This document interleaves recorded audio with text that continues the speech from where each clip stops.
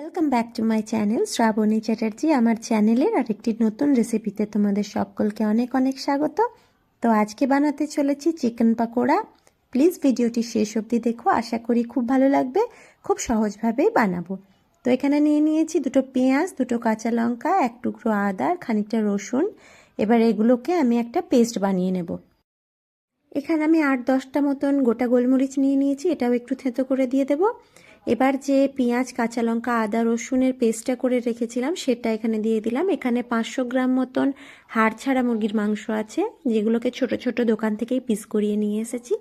এবার এর মধ্যে কিছু অর্ডিনারি যে আমরা রেগুলার ইউজ করি সেই সমস্ত গুঁড়ো মশলাগুলো দেব। প্রথমেই দিয়ে দিলাম হলুদ, তারপরে দেবো ছোটো চামচের 1 চামচ মতন জিরে গুঁড়ো, ছোটো চামচের 1 চামচ মতন ধনে গুঁড়ো, লাল লঙ্কার গুঁড়ো, এটা তোমরা ঝাল অনুযায়ী দেবে। আর কালারের জন্য অল্প কাশ্মীরি লাল মির্চ দিয়ে দেবো। আর দেব অল্প একটু টেস্টের জন্য মিট মশলা, তোমরা চাইলে চিকেন মশলাও দিতে পারো, তাতেও টেস্টের কোনো হেরফের হবে না। এবার এর মধ্যে দুটো ডিম দিয়ে দেব। আমি একটা দিয়েছিলাম, তারপরে আরেকটাও দিয়েছি, কেননা 500 গ্রাম মাংসে দুটো ডিমই এনাফ।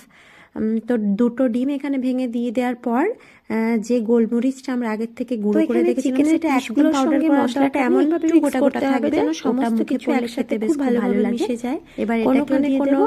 এবার দলা যেন না থাকে, একসাথে সমস্ত তারপরে দেখো এটা মিক্স করার পর কতটা ঝোলঝোল হয়ে গেছে। এবার এটাকে রেস্টে রেখে দিতে হবে 1 থেকে 2 ঘন্টা। তোমরা যত বেশিক্ষণ এটাকে রাখতে পারবে ততই ভালো হবে খেতে। ভেতর থেকে একদম সফট হয়ে যাবে চিকেনের পিসগুলো আর কি, মশলার ফ্লেভারটাকে টেনে নিয়ে মশলার পুরো ফ্লেভারটা চিকেনের মধ্যে চলে আসবে। পাকোড়াগুলো খেতেও দারুণ লাগবে। তো এই দেখো এখানে 2 ঘন্টা মতন রেস্টে রাখার পর এর মধ্যে দিয়ে দেবো কর্নফ্লাওয়ার। প্রয়োজন মতন তোমরা কর্নফ্লাওয়ার এর মধ্যে দিয়ে দেবে। মোটামুটি বড় চামচের 4 থেকে 5 চামচ এখানে কর্নফ্লাওয়ার আছে। কর্নফ্লাওয়ারটাকেও একসাথে খুব ভালোভাবে মিশিয়ে নেব। পুরো একদম ব্যাটারের মতন একটা টেক্সচার চলে আসবে, কোনোখানেই কর্নফ্লাওয়ারগুলো দলা হয়ে থাকবে না। তারপরেও আরও 10-15 মিনিট একে রেস্টে রেখে দেবো, তারপরে ভাজার পালা। তো তোমরা দেখতেই পাচ্ছ এটা কত ইজি ওয়েতে খুব তাড়াতাড়ি হয়ে যায়। গুঁড়ো মশলাগুলো ঘরে অলওয়েজ থাকে। চিকেন পিস করে নিয়ে এসে এটা ম্যারিনেট করে রাখতে যতটুকু সময়, তারপর ভাজতে আর একদমই বেশি সময় লাগে না। তো দেখো এটা হয়ে গেছে মিক্স করা। এবার গরম রিফাইন্ড তেলের মধ্যে একে একে দিয়ে হালকা ব্রাউন ব্রাউন করে ভেজে তুলে নিলে পকোড়াগুলো মোটামুটি রেডি হয়ে যাবে। তো তোমরা এখানে 1 কোটও ভাজতে পারো, আর আমার মতন 2 কোট করেও ভাজতে পারো।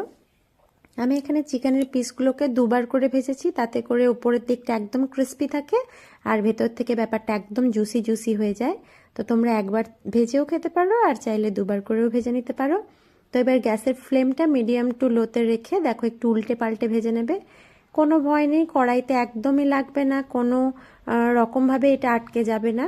দেখো কত সুন্দরভাবে এটা আলাদাও হয়ে যাচ্ছে।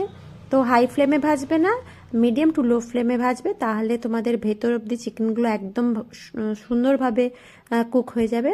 তো দেখো এখানে মোটামুটি একটা ব্যাচ ভাজা হয়ে গেছে, শুধু এটা একটু গোল্ডেন কালার হওয়ার অপেক্ষা। যখনই দেখবে মোটামুটি ভাজা হয়ে গেছে, তারপরে গ্যাসের ফ্লেমটা একটু জোরে দিয়ে ব্রাউন করে ভেজে পকোড়াগুলোকে তুলে নেবে। তো ব্যাস এইভাবেই সমস্ত পকোড়াগুলোকে আমি একে একে ভেজে তুলে নেব। তো দেখো এখানে ভাজা হয়ে গেছে এক ব্যাচ, এভাবে করে সমস্তগুলো তুলে নেব।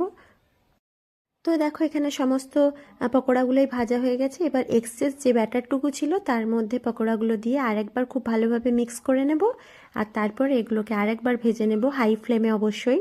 এই মিক্স করার সময় তোমরা চাইলে একটু কর্নফ্লাওয়ার অ্যাড করে নিতেই পারো এক্সট্রা কুরকুরেনেসের জন্য। তো ক্রাঞ্চিনেসটা বজায় থাকবে। তোমরা এই পর্যায়ে গ্যাসের ফ্লেমটা জোর দিয়ে পকোড়াগুলো ভেজে নেবে। তো দেখো আমার ভাজা হয়ে গেছে, এবার এগুলোকেও ভেজে তুলে নেব। তো তোমরা কে কোথার থেকে আমার ভিডিওগুলো দেখছো জানাতে ভুলো না। ভালো লাগলে লাইক কমেন্ট করো, আর চাইলে তোমরা শেয়ারও করতে পারো। তো আমার পাশে থেকো। আমার চ্যানেলে যারা নতুন আছো প্লিজ আমার চ্যানেলটাকে সাবস্ক্রাইব করে দিয়ে যেও, আর যারা অলরেডি সাবস্ক্রাইব করে রেখেছো তাদেরকে অসংখ্য ধন্যবাদ।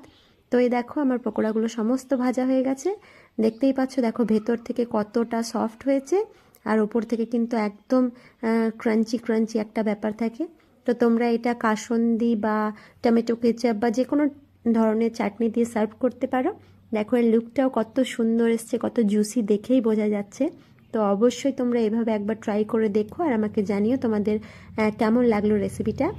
ভালো লাগলে আমার চ্যানেলটাকে অবশ্যই সাবস্ক্রাইব